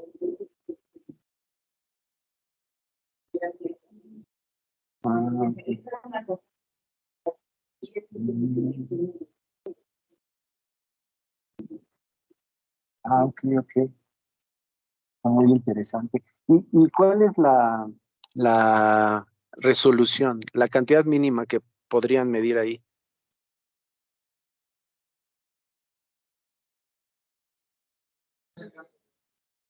Es que la resolución por concepto es la cantidad mínima, ¿no? Que puedes detectar. El cambio mínimo que puedes detectar, si se ve así. Sí, o sea, ajá.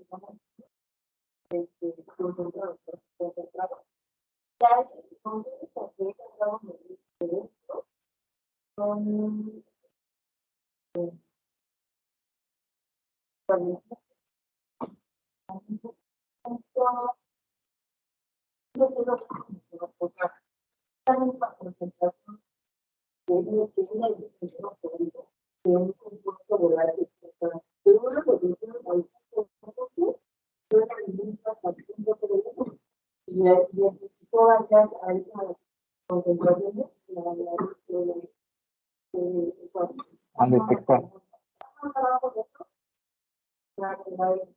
Claro.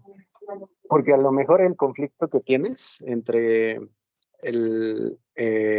los test, ¿no? Que detecta uno, pero parte del otro, no sé si a lo mejor disminuya, nada más dándole menos concentración, ¿no?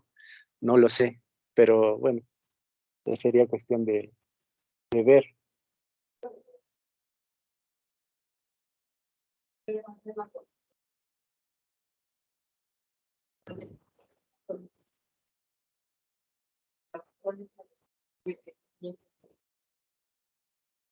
Ah, ok.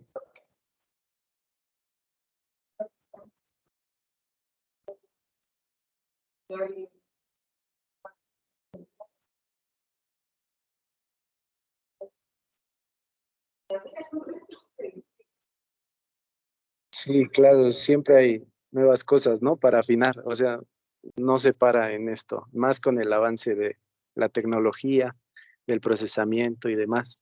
Y otra pregunta que tengo es más o menos para aterrizar esto. Mencionaban que todo el procesamiento que se lleva, ¿no? Con las redes neuronales y los tiempos que toma dependiendo de lo que deseas usar. ¿no? Lo que hacen los filtros y Filtros. demás. ¿Cómo- ¿Cuánto es el cuánto es el tiempo más o tiempo? menos que se tarda en procesar todo? Pues eso también se puede modificar en el programa de la nariz electrónica, pero nosotros estamos haciendo estímulos de 700 segundos, Sí. que son como 8. ¿Con filtro te refieres a la nariz o a la neurona? O a la red. Ah, sí. A la red. A la red. Ah, la red. Sí. Por ejemplo, las convolucionales se tardan aproximadamente 6 minutos. Ah, ok. Ajá.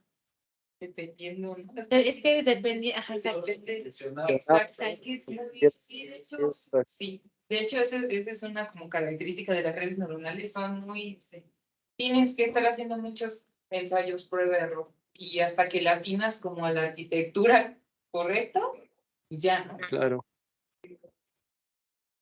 O se puede complicar mucho, o sea, y también, por ejemplo, en las redes neuronales normales, hay muchos algoritmos de entrenamiento. De hecho, eso se me olvidó mencionarlo, pero el que representamos aquí se llama retropropagación, porque lo que hace es que está, digamos, retropropagando su error, ¿no? O sea, tiene ciertos pesos, ciertas vías, hace la operación y el error que se obtiene se retroalimenta, digamos, ¿no? Y con ese nuevo error, pues hace la siguiente iteración y así, hasta que llega al error cero, ¿no? Bueno, en este caso, al error cero. Entonces, hay muchos otros algoritmos de entrenamiento y dependiendo de ese algoritmo también es que tanto se tarda en la red. O sea, en alguna ocasión corrí ahí, no me acuerdo qué, y pues se tardaba como media hora. Y yo decía, ¿cómo media hora con una computadora así? O sea, y también, sí, o sea, con una red convolucional. Claro. También pues, son muy... O, por ejemplo, para validar los resultados se utiliza, bueno, hay diferentes metodologías, pero una de ellas se llama cross-validation. Este tipo se llama validación cruzada, ¿no? Lo que hacemos es tomar poquitos datos para prueba y muchos para entrenamiento, pero, por ejemplo, con una misma arquitectura tienes que probarlo 10 veces, ¿no? Tus datos lo tienes que dividir en 10 partes. Ajá. Y entonces, pues, iterar 10 veces la misma red, que es lo que yo estuve haciendo, por ejemplo, esta semana, con las convolucionales, se tardaban casi hora y media en hacer todo ese proceso de las 10 iteraciones con los mismos parámetros. Entonces, pues sí, bueno, sí es bastante tiempo. Utilizando computadoras, pues, pues actuales, ¿no? Pero, por ejemplo, Las de nosotros están decentes y aún así... se tardan bastante. Pero, por ejemplo, nuestro doctor nos comentaba, ¿no? Que él, pues a veces para correr sus programas era todo un fin de semana. Entonces, también va a depender pues, de la computadora que estés utilizando y sí, todo eso. Sí, claro. Ok, Y ya bueno, una última nada más para tiempo también. Bueno, Bueno, se puede se puede decir que decir que tienes la nariz nariz electrónica y tienes tienes el ojo, ¿no? Que también lo también un ojo, que es el es el que que procesa la da imagen que te da la nariz, ¿no? Sí. Mi mi pregunta pregunta va va, ¿por qué que redes es neuronales parecieron muy complejo, muy, no sé, no sé, a lo mejor si ya por si tienes el procesamiento de la imagen, no se no se podría podría sacar una integral, dar ciertas las zonas de interés, ver el ver el punto punto máximo mínimo y a base de datos visual, ¿no? base de No lo datos sé, visual, ¿no? No lo sé, pero inclinar ¿por qué inclinarse a es las redes neuronales? en Digo, esa parte. en esa parte. Por ejemplo, en uno de los artículos que estuve checando, la extracción de características lo hacían mediante puntos máximos, mínimo y promedio. Pero aún así, esta información era la que alimentaban las redes. O sea, se utilizan las redes para clasificar, para predecir entradas. O sea, Ajá, sí, o sea, ¿y por qué redes? Sí hay muchos otros métodos, pero las redes neuronales son de las más efectivas. O sea, también hay otra técnica, se llama máquinas de soporte vectorial. Esa no es inteligencia artificial como tal, o sea, también es un algoritmo iterativo, y también ha mostrado muy buenos resultados, pero la desventaja de ese es que creo que, o sea, si las redes neuronales usan mucho procesamiento, pues las máquinas de soporte más todavía, ¿no? Sí. Porque hacen muchas de transposiciones, muchas operaciones matriciales. O sea, sí, por ejemplo, las máquinas de soporte vectorial, o sea, son muy, muy poderosas, pero se utilizan casi siempre para hacer una clasificación binaria. ¿Sí o no? entre dos clases, entonces, entre 8 como nosotros. Nosotros utilizamos clasificadores multiclase, o sea, donde podemos tener más de 2 clases. Entonces, por ejemplo, en las redes, en las máquinas de soporte vectorial, lo que se hace es, tienes tu clase 1 y entonces haces esa clase 1 contra todas las demás clases. Y luego tienes que hacer otra máquina de soporte vectorial para hacer la segunda clase contra todas las demás clases. Si vas a clasificar 8, tendrías que tener 8 máquinas de soporte vectorial. Entonces se vuelve muy, o sea, y las redes pues han demostrado ser muy efectivas en tareas de clasificación y de predicción. O sea, cuando vamos si queremos hacer alguna tarea de clasificación, por lo regular, la red neuronal es la que va a funcionar. Aunque yo estoy tratando de demostrar lo contrario con cómputo evolutivo, que no lo presenté en esta, pero yo estoy tratando de derrocar a las ya famosas redes neuronales con cómputo evolutivo, que es otra estrategia, es otro paradigma también. Pero, pues sí, o sea, siempre que tengamos algo así, el objetivo de un sistema bioinspirado es que hagas tu base de datos con tus muestras y que después tú llegues con una muestra nueva y que te pueda decir, sí, tu muestra nueva es manzanilla. Y para hacer eso necesitas una IA a fuerza. O sea, bueno, no a fuerza, pero casi. O sea, y por eso es que usamos las redes neuronales, o sea, son como que las más asertivas. Y como que también uno de los objetivos o de de los objetivos de los sistemas inspirados, pues es como hacerle competencia a las técnicas clásicas que ya dijimos, ¿no? Entonces tienen que ser eficientes. Y para que sean eficientes, sí podríamos usar, como tú dices, tal vez, pues para que una red, si a lo mejor si le saco tal y ya le saqué el valor máximo y mínimo, y si es igual al del TBR, pues es TBR. Sí, pero no un método así no es tan robusto. Entonces, puede tener errores. Si llega algo variable, no de ¿cómo lo va a detectar? Ajá, o si hay algo que se sale un poco del rango, una metodología así tiene, pues, no va a tener error, no va a predecir cómo lo haría. Correctamente, exacto. Porque en las redes aprenden de esta variabilidad. Por ejemplo, nosotros tenemos té blanco, pero no utilizamos té blanco de una sola marca. Estamos haciendo de muchas. Por ejemplo, tenemos 8 marcas diferentes de té verde, ¿no? 8 de manzanilla. Entonces, estamos así, o sea, si bien debería de ser la misma planta, pues no sabemos los procesos que la industria les está dando, ¿no? Y va a depender, bueno, y se va a ver diferente dependiendo de la marca. Pero aún así, estos algoritmos son capaces de detectarnos sin importar la marca, sin importar su proceso de fabricación, que es un té verde. Y entonces, a lo mejor si utilizamos valores mínimos, máximos o algunas de esas metodologías, no va a tener la misma robustez que nos está ofreciendo este tipo de redes. Gracias. Sí. Ok, continuamos con Zach.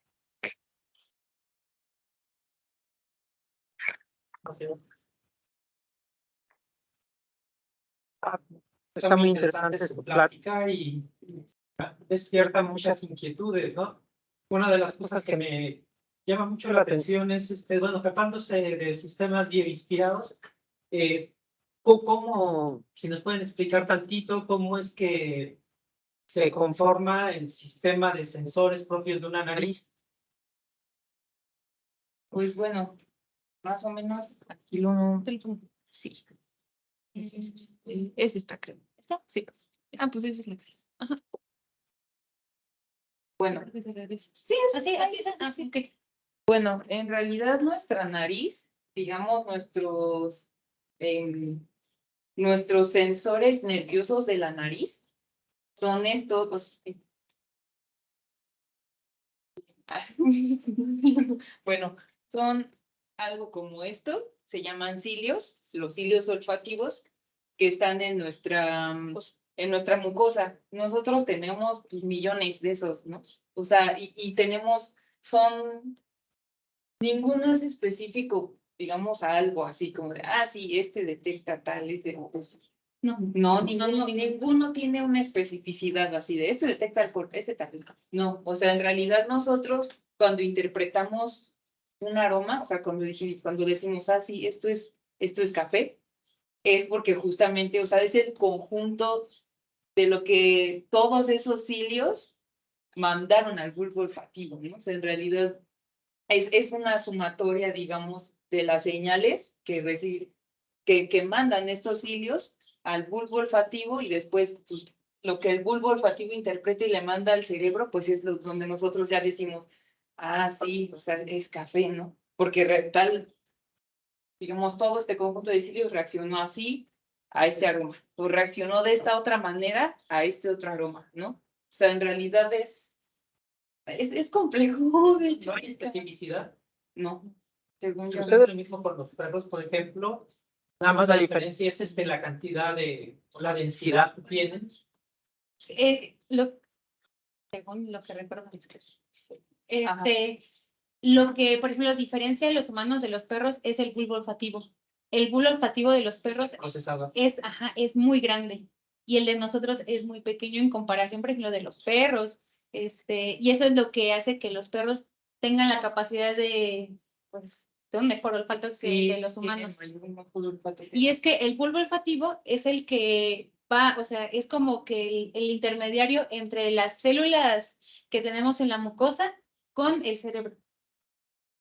Y bueno, gracias. Yo no sabía.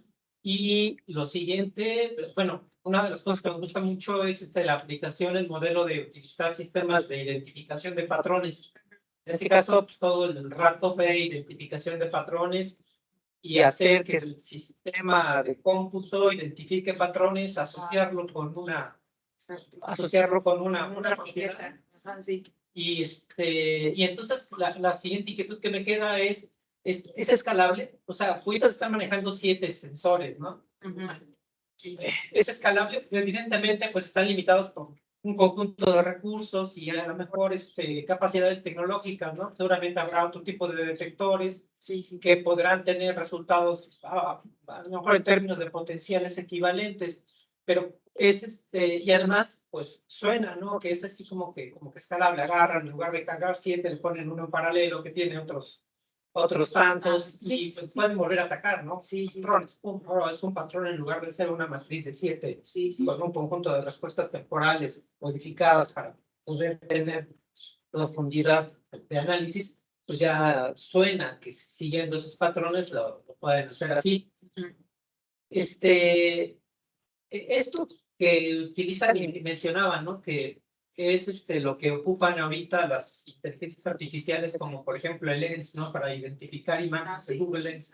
Pues uno identifica imágenes así relativamente fácil, uno pone, no, pues es una llave alta. Entonces, básicamente está enfocado este tipo de tecnologías o inspirado, o soportado en este ambiente, porque finalmente es un ecosistema, ¿no? Pues sí. Pues bueno, primero de si es escalable, sí, porque, o sea, y con las redes que dice que explicó Irari, esas pueden manejar, o sea, lo que estamos procesando ahorita y muchísimo más, o sea, lo que le estamos dando ahorita a procesar no es nada, así, o sea, sí se puede escalar esto, el sistema de la nariz sí se puede hacer más grande, digamos, más complejo. De hecho, hasta tiene la capacidad de ponerle otro arreglo de 7 sensores, porque, bueno, quien la construyó dejó ahí como que el espacio para poder muestrear más sensores.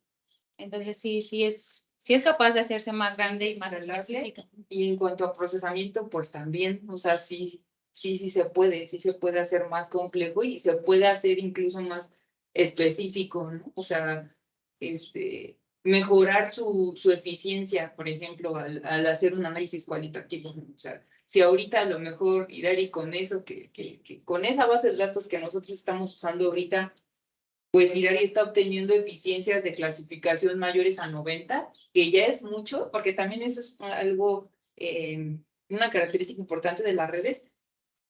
Cuando se van a clasificar más de 2 clases, o sea, que ya son de 3 para arriba, digamos, se empieza como a hacer más compleja, pues, toda la arquitectura y pues todo el procesamiento, ¿no? Aquí Irari está clasificando 8, pero pues igual podrían ser más, o sea, podrían ser, no sé, yo con otro algoritmo que estoy también usando, estoy identificando 20. O sea, y se vuelve más complejo también, pero sí se puede hacer. O sea, sí se puede hacer. Y en cuanto a lo segundo que nos dijo, lo que mencionó de Google Lens, ajá. Según yo sí es ese tipo de redes las que usan. Sí. O sea, sí. Y de hecho es por eso que como la perspectiva futuro es poder hacer esta combinación de test, porque al final de cuentas nosotros estamos aquí, ¿no? Y queremos detectar a 2 personas, pero pues en medio hay una mesa.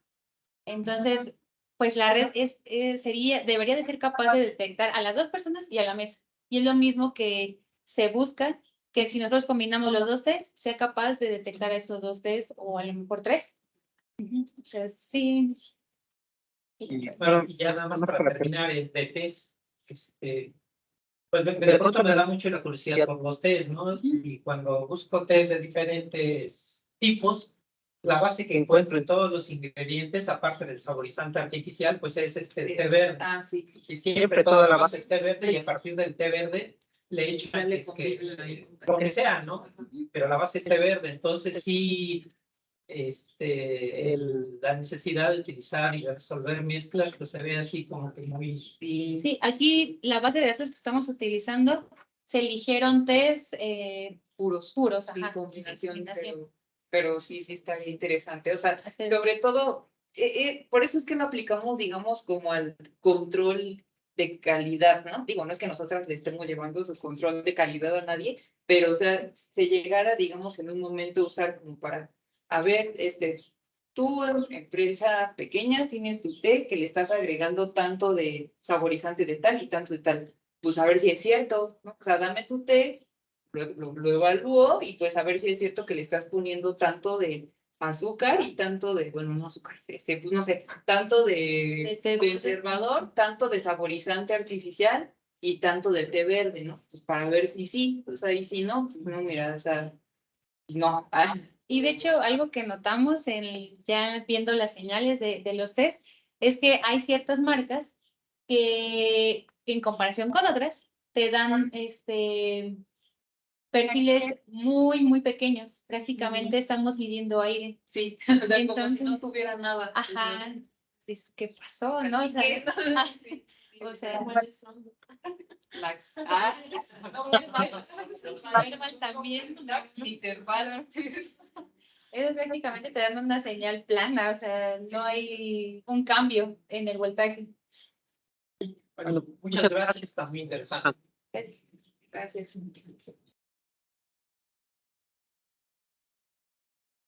¿Continuamos?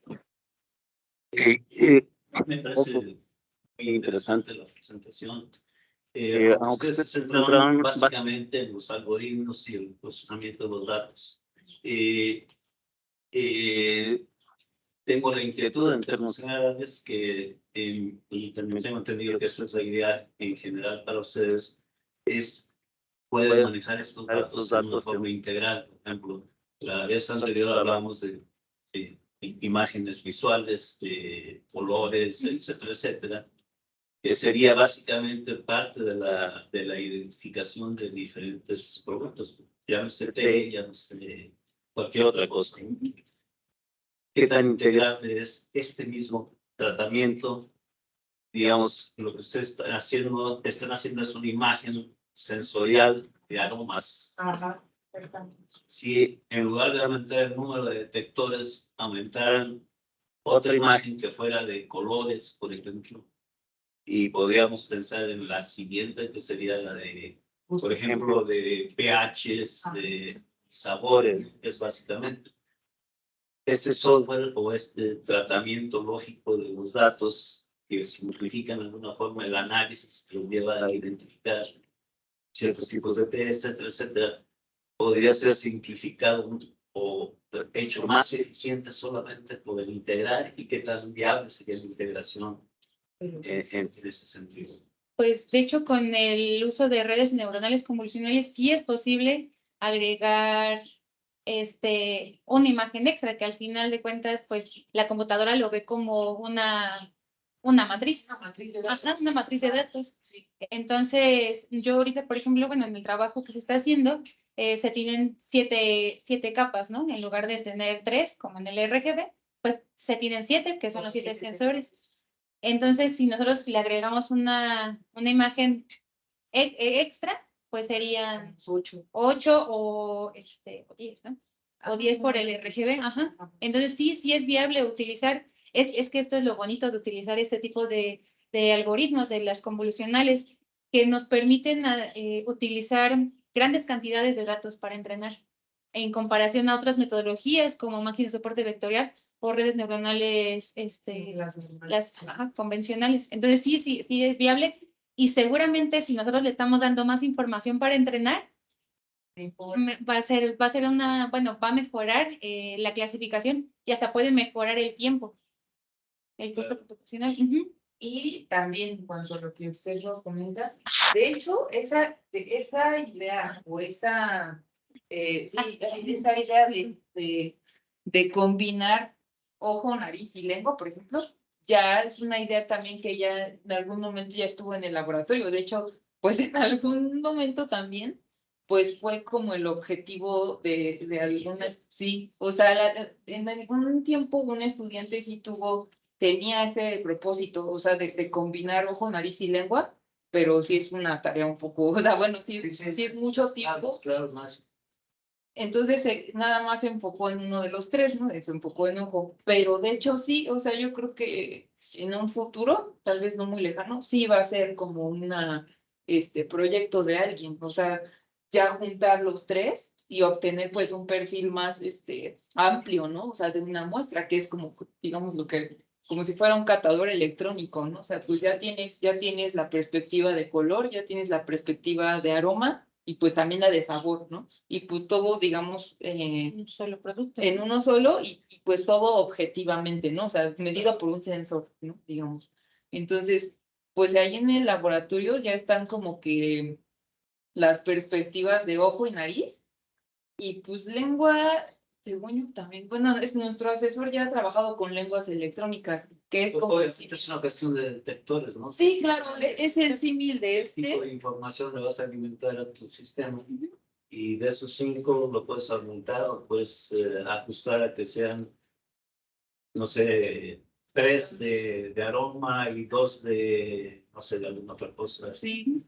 Y eso pienso yo que le daría una dimensión que te permitiría ser más eficiente a la hora de detectar, por ejemplo, no es lo mismo el color que tiene un chocolate o el aroma y fácilmente no podría detectar, inclusive serían cosas también finas respecto a un té, ¿no? El color que tiene un té de manzanilla no es el que tiene un té negro, por decir algo. Sí.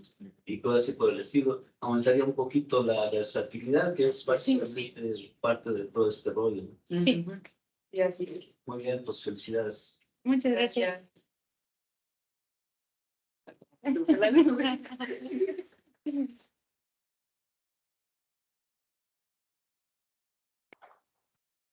Bueno, muchas gracias a todos por haber asistido y sobre todo a nuestras invitadas del día de hoy por su interesante presentación. Nos vemos la próxima semana en otra presentación de este seminario. Gracias de nuevo. Gracias.